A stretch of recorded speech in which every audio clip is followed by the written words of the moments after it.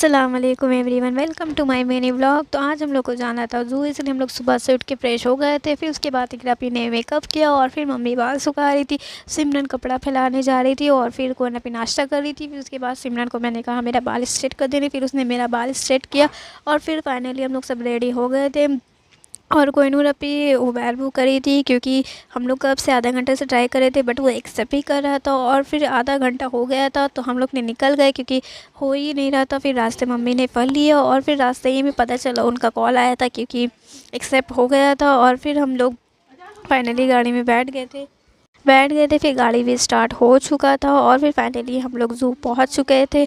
और फिर हम लोग को जाना था टिकट काउंटर में। फिर हम लोग ने टिकट करवाया और फिर टिकट लेने के बाद कुरकुरे जो था हम लोग को अंदर लेके जाना अलाउ नहीं था, इसलिए हम लोग ने पैकेट में लेके गए। और फिर उसके बाद हम लोग ने सबसे पहले देखा पैरोट जो रेड एंड ब्लू था, माशाल्लाह से बहुत प्यारा लगा था। फिर हम लोग ने शेर देखा और फिर